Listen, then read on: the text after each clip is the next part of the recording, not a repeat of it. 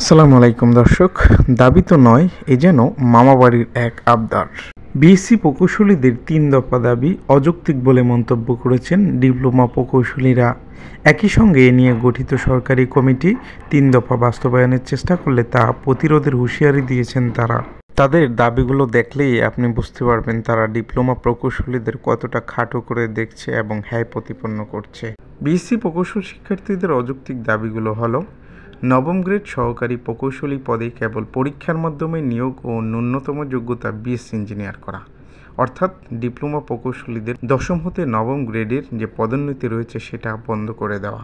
2. দশম গ্রেডে উপসহকারী প্রকৌশলী পদে শুধু ডিপ্লোমাধারীরাই আবেদন করতে পারেন, সেখানে যেন উচ্চ ডিগ্রিধারী প্রকৌশলীরা আবেদন করতে পারেন সেই ব্যবস্থা করা। 3. শুধুমাত্র বিএসসি ইঞ্জিনিয়ারিং যারা সম্পূর্ণ করবেন তারাই যেন বিএসসি প্রকৌশলী লিখতে পারেন সে বিষয়ে ব্যবস্থা নেওয়া, অর্থাৎ ডিপ্লোমা ইঞ্জিনিয়াররা প্রকৌশলী শব্দটি লিখতে বা ব্যবহার করতে পারবেন না। এবার বুঝেন এরা কতটা হিংসা পরায়ণ ও অযৌক্তিক দাবি নিয়ে মাঠে নেমেছিল, রাস্তাঘাটে মানুষের হয়রানি, যানজট সৃষ্টি করেছিল। এ বিষয়ে বাংলাদেশ জামায়াতে ইসলামীর আমির ডক্টর শফিকুর রহমান বলেন, আল্লাহ তাআলার ইচ্ছা একজন গ্র্যাজুয়েট ইঞ্জিনিয়ার হবে, একজন ডিপ্লোমা ইঞ্জিনিয়ার হবে, একজন টেকনিশিয়ান হবে। এই 3 স্তর মিলেই তো আমাদের উন্নয়নের চেইন। টেকনিশিয়ানদের কাজ ডিপ্লোমারা করবে না এবং ডিপ্লোমাদের কাজ, ফিল্ডের কাজ গ্র্যাজুয়েট ইঞ্জিনিয়াররা করবে না। আপনি উপরের দিকে ওঠেন, আরেকজনকে লাথি মেরে নিচে নামায়েন না।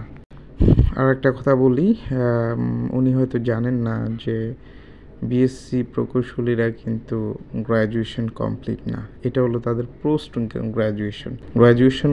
ইঞ্জিনিয়ারিং গ্র্যাজুয়েশন কমপ্লিট করতে হলে অবশ্যই এমএসসি করতে হবে। আমরা ইতিমধ্যেই দেখেছি তাদের এই আন্দোলনকে দেশের সাধারণ মানুষ থেকে শুরু করে আপামর ছাত্র জনতা ঘৃণাভরে প্রত্যাখ্যান করেছে, কারণ তাদের এই দাবি ছিল অযৌক্তিক এবং হিংসাত্মক। ধন্যবাদ। আসসালামু আলাইকুম।